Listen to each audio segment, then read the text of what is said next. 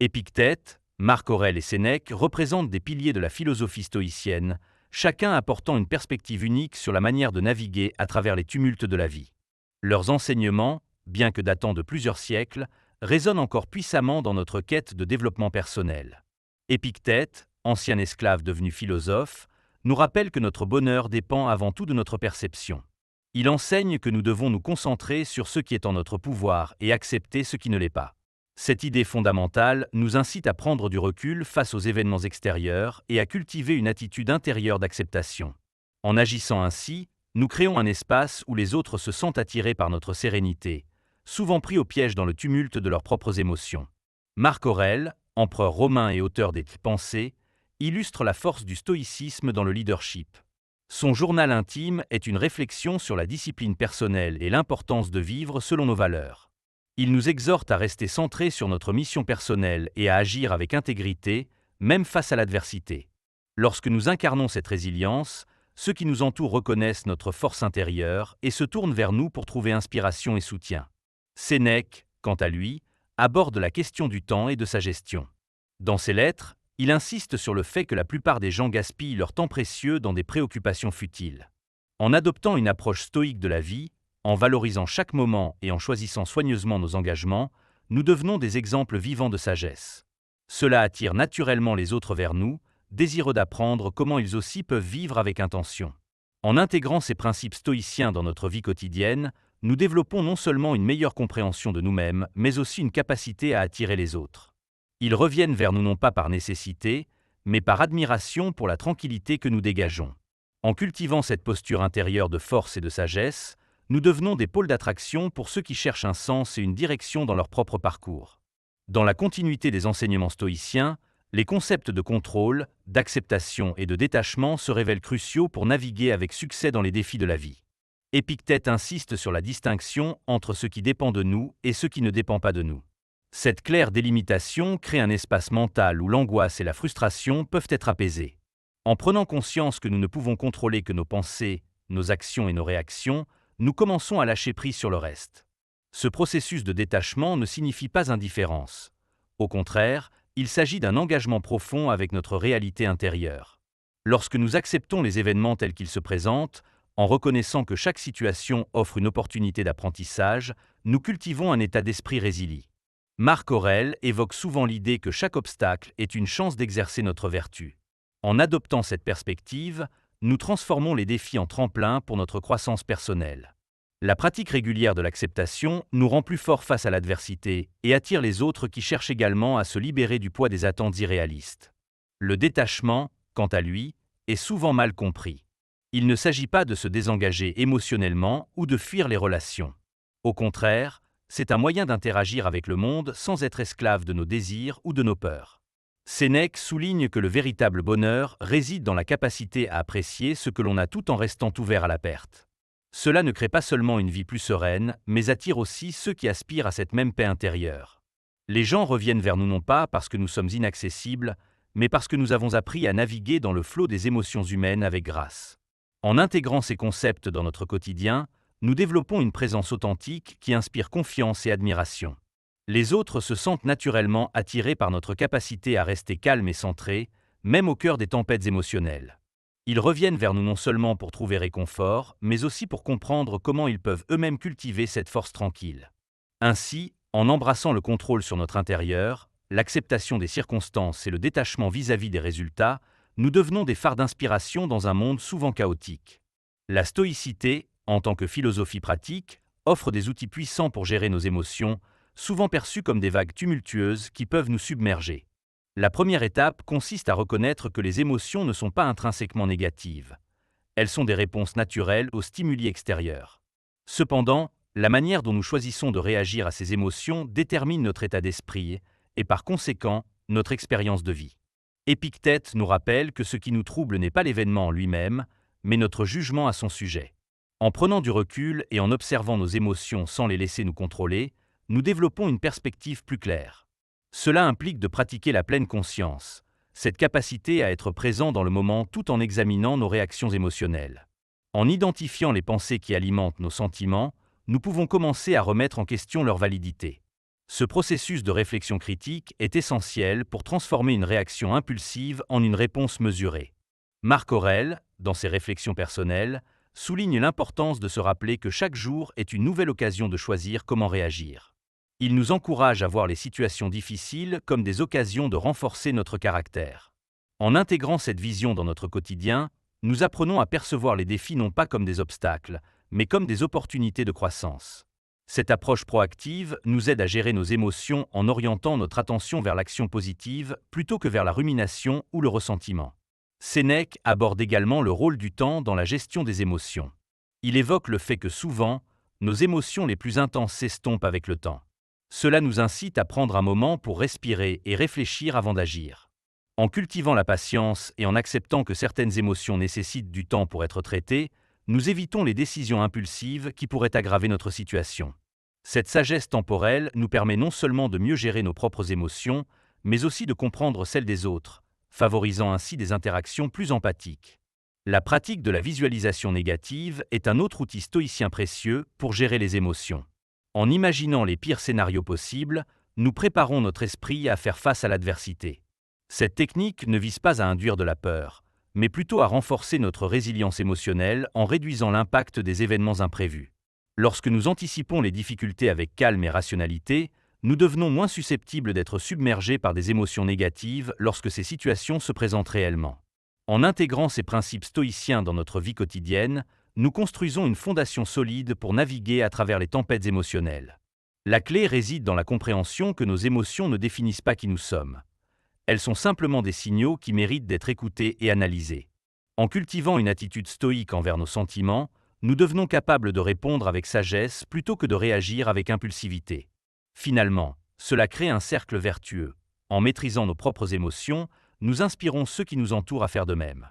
Les autres reviennent vers nous non seulement pour trouver un soutien émotionnel, mais aussi pour apprendre comment embrasser cette approche stoïque face aux défis de la vie. En devenant des exemples vivants de gestion émotionnelle éclairée, nous renforçons non seulement notre propre bien-être mais aussi celui de notre entourage. L'indifférence envers l'opinion des autres est un principe fondamental de la philosophie stoïcienne, ancré dans l'enseignement d'Épictète et de Sénèque. Dans un monde où les jugements et les critiques peuvent peser lourdement sur notre bien-être, développer une attitude d'indifférence face à ce que les autres pensent de nous devient essentiel pour notre épanouissement personnel. Cette indifférence ne doit pas être confondue avec le mépris ou l'isolement. Il s'agit plutôt d'une reconnaissance claire que notre valeur et notre bonheur ne dépendent pas des approbations extérieures. Épictète nous rappelle que la véritable liberté réside dans la capacité à se détacher des opinions d'autrui. Lorsqu'il affirme que « ce qui trouble les hommes, ce ne sont pas les choses, mais les jugements qu'ils portent sur les choses », il met en lumière l'importance de comprendre que nos perceptions façonnent notre réalité. En choisissant consciemment de ne pas laisser les critiques des autres influencer notre sentiment de soi, nous cultivons une force intérieure qui nous permet de naviguer à travers la vie avec confiance. Sénèque, dans ses lettres, souligne également la futilité de chercher l'approbation des autres. Il évoque souvent que le temps consacré à se soucier des jugements extérieurs est du temps perdu. En embrassant cette indifférence, nous ouvrons la voie à une existence authentique, guidée par nos propres valeurs et aspirations plutôt que par le désir d'être aimé ou accepté. Cela nous permet de prendre des décisions basées sur notre propre conscience plutôt que sur la peur du regard d'autrui. Marc Aurèle, quant à lui, encourage la pratique de l'introspection. Dans ses « Pensées », il insiste sur l'importance d'évaluer nos actions et nos motivations sans être distrait par ce que les autres pourraient penser. Cette démarche nous aide à rester fidèles à nous-mêmes et à agir selon nos principes, même lorsque cela pourrait susciter des critiques. En vivant ainsi, nous devenons moins vulnérables aux fluctuations émotionnelles causées par l'approbation ou le désaccord d'autrui. En intégrant cette indifférence dans notre quotidien, nous développons une résilience émotionnelle qui attire naturellement les autres vers nous. Ils perçoivent en nous une authenticité et une force tranquille qui leur donnent envie de s'en approcher. Ce n'est pas parce que nous sommes insensibles aux relations humaines, mais parce que nous avons choisi de prioriser notre paix intérieure au-dessus des validations extérieures. Les personnes autour de nous ressentent cette sécurité et cette sérénité, ce qui leur permet également de s'affranchir de leurs propres préoccupations concernant le jugement. De plus, cette indifférence vis-à-vis des opinions externes ouvre la porte à une créativité accrue et à une prise de risque saine. En étant moins préoccupés par ce que les autres pensent, nous sommes libres d'explorer nos passions et d'exprimer notre individualité sans entrave. Cela peut mener à des réalisations significatives qui résonnent non seulement avec notre être intérieur, mais aussi avec ceux qui partagent notre chemin. La pratique régulière de cette indifférence peut également servir de bouclier contre le stress et l'anxiété liés aux interactions sociales. Lorsque nous choisissons délibérément de ne pas accorder trop d'importance aux jugements extérieurs, nous créons un espace mental où la critique devient moins menaçante. Cela ne signifie pas que nous devons ignorer complètement les retours constructifs. Au contraire, il est essentiel d'apprendre à distinguer entre critiques constructives des jugements non fondés afin d'élever notre croissance personnelle tout en restant ancrés dans notre essence. En cultivant cette indifférence envers l'opinion des autres, nous devenons des modèles pour ceux qui aspirent également à vivre sans contraintes imposées par le regard social. Les gens reviennent vers nous non seulement pour trouver du soutien, mais aussi pour apprendre comment adopter cette approche stoïque dans leur propre vie. En incarnant cette liberté intérieure, nous devenons des sources d'inspiration qui montrent qu'il est possible de vivre pleinement tout en restant fidèle à soi-même dans un monde souvent turbulent et critique. La confiance est une force magnétique qui attire les autres vers nous, agissant comme un phare dans l'obscurité des incertitudes émotionnelles. Dans la philosophie stoïcienne, cette confiance ne repose pas sur l'arrogance ou le besoin d'approbation, mais sur une compréhension profonde de soi-même et de sa valeur intrinsèque. Épictète souligne que la véritable confiance provient de notre capacité à accepter nos imperfections tout en reconnaissant notre potentiel. Cette acceptation crée une aura de sérénité qui attire naturellement les autres. Lorsque nous cultivons une confiance authentique, nous dégageons une énergie qui rassure ceux qui nous entourent. Ils sentent que nous sommes ancrés dans notre identité et que nous ne cherchons pas constamment à plaire. Marc Aurèle, dans ses réflexions, évoque l'importance de se rappeler que notre valeur ne dépend pas des opinions extérieures. En incarnant cette conviction, nous devenons des modèles pour ceux qui aspirent à trouver leur propre chemin sans se laisser influencer par les jugements d'autrui. Sénèque, quant à lui, rappelle que la confiance est également liée à la maîtrise de soi. Lorsque nous agissons avec intégrité et selon nos valeurs personnelles, nous renforçons notre confiance intérieure. Cette cohérence entre nos actions et nos croyances crée un sentiment de sécurité qui attire les autres. Ils reviennent vers nous non seulement parce qu'ils admirent cette force, mais aussi parce qu'ils souhaitent s'inspirer de notre manière de vivre. L'impact de la confiance sur l'attraction se manifeste également dans notre communication. Une personne confiante s'exprime avec clarté et assurance, captivant l'attention des autres. En adoptant une posture ouverte et en écoutant attentivement, nous établissons des connexions profondes qui renforcent notre attractivité. Les principes stoïciens encouragent cette écoute active, car elle démontre un respect pour les expériences des autres tout en affirmant notre propre voix. De plus, la confiance engendre un environnement propice à l'épanouissement des relations interpersonnelles. Lorsqu'une personne fait preuve de confiance, elle encourage les autres à baisser leurs défenses et à être authentiques. Cela crée une dynamique où chacun se sent libre d'être soi-même sans crainte de jugement. En cultivant ce climat de sécurité émotionnelle, nous devenons des aimants pour ceux qui cherchent des relations sincères et significatives. Il est crucial de reconnaître que la confiance n'est pas statique. Elle nécessite un engagement constant envers notre développement personnel.